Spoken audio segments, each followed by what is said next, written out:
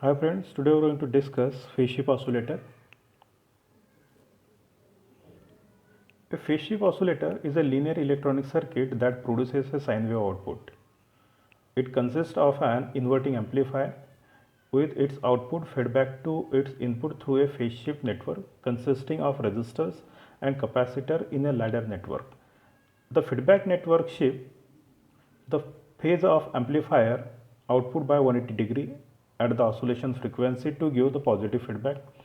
Phase shift oscillators are often used at radio frequency as audio oscillator. The amplifier circuit generates a phase shift of 180 degree. So in order to achieve the sustained oscillations in RC phase shift oscillator, the feedback path must also provide a phase shift of 180 degree. Thus, the achieved overall phase shift can be either 0 degree or 360 degree. The RC network is present in the feedback path is connected in ladder fashion, thus also known as ladder RC phase shift oscillator. We know for RC circuit the output voltage leads the input for a sinusoidal waveform.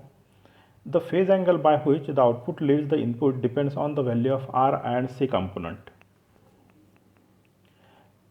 Let us first understand how the phase shift being generated by the oscillators. This is the structure of this oscillators here, that consisting amplifier and the feedback network.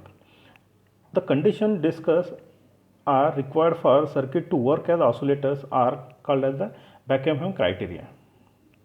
The first condition, the total phase shift of loop must be 360 degree. The amplifier provides 180 degree phase shift and the feedback network provides another 180 degree phase shift. So the total phase shift of the circuit is 360 degree phase shift. Second one, that is the product of magnitude of amplifier open loop gain, that is A, and the magnitude of feedback network factor, that is the beta, must be unit. That's why the mod A beta equals to 1.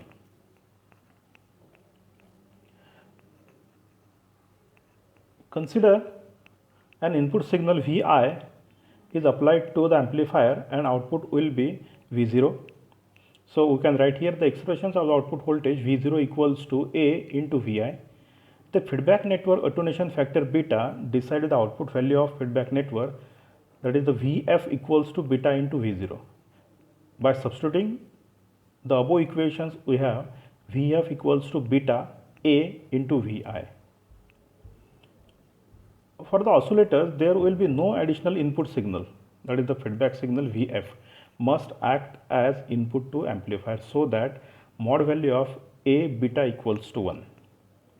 As discussed above, the feedback network will produce 180 degree phase shift in addition to the inverting amplifier, such that the total phase shift of circuit will be 360 degree.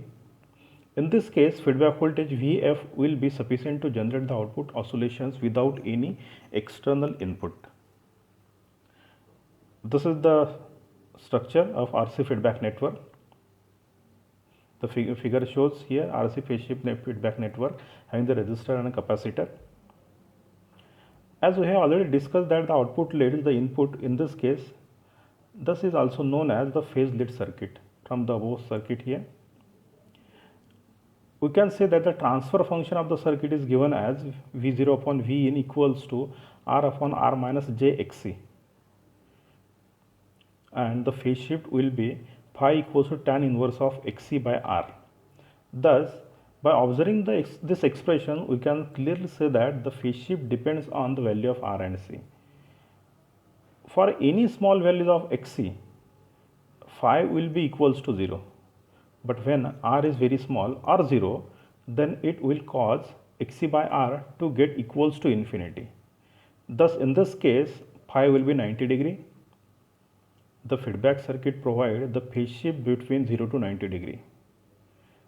But as we have already discussed that we require a feedback network that can provide us with a phase shift of 180 degree.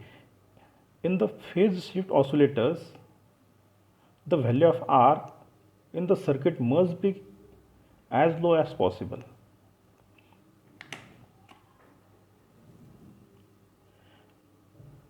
Here, this is the 3 RC stage feedback network. Suppose we have formed a cascade connections of 2 RC stage where each stage is providing a phase shift of 90 degree, thus combinedly we can have a phase shift of 180 degree. But in this case, if the value of r is 0, already I discussed here the value of r is possibly lowest. This is the ideal case that we are selecting here, the lowest possible lowest value that r equals to 0, then the gain of the circuit will be 0. So practically one cannot have a phase shift of 180 degree only by using the two stages of the phase shift.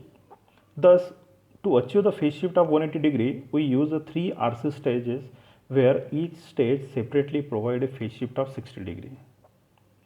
As we have already discussed that we have overall phase shift of 360 degree around a loop, the feedback circuit must provide a phase shift of 180 degree, and in this case of 3 RC stages, each stage must provide the phase shift of 60 degree.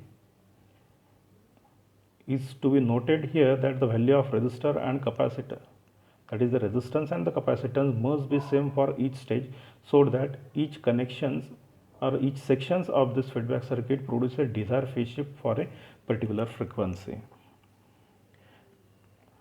Here this is the complete diagram of phase shift oscillators. Here we are using the pairs of 3 resistors and 3 capacitors, so that's why here we call it as the RC phase shift oscillator.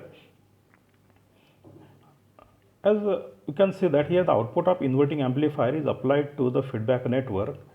The signal which is fed back to amplifier driver it further. Thus, we can achieve the total phase shift of 360 degree around the loop.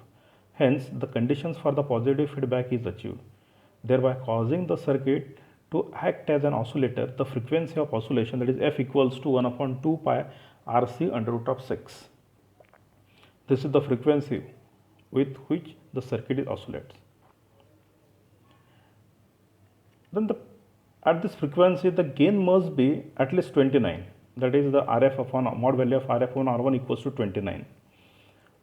This circuit will work as an oscillator which will produce a sinusoidal waveform if the gain is 29 and the total phase shift around a loop of 360 degree. This satisfy the Bakerian criteria for the oscillators. Thus, the oscillators are used over the audio frequency range, that is about 20 Hz to 100 kHz. Thank you.